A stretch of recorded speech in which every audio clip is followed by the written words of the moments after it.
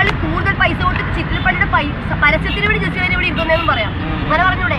അങ്ങനെ പലതും പറയാം. അതിനൊന്നും മറുപടി പറയാൻ എനിക്ക് പോകാൻ പറ്റില്ല. എനിക്കൊരു തീരുമാനമുണ്ട്, എനിക്കൊരു നിലപാടുണ്ട്, അതിന് ഞാൻ ഉറച്ചു നിൽക്കും. എല്ലാത്തിന്റെ മറുപടി പറയാൻ, എല്ലാവരുടെ അപവാദങ്ങൾക്ക് മറുപടി പറയാൻ എനിക്ക് പോകാൻ പറ്റില്ല. 2 വർഷം ഇങ്ങനെ ഒരു വർഷമില്ലേ അവരുടെ പരസ്യം കിട്ടാൻ വേണ്ടിയിട്ട് ചിറ്റിലപ്പള്ളി കൂടുതൽ അറിയപ്പെടാൻ വേണ്ടി എനിക്ക് കൂടുതൽ പൈസ അതിന്റെ ഇവിടെ ഇരിക്കുന്നതാണെങ്കിൽ നിങ്ങൾക്ക് പറയാം.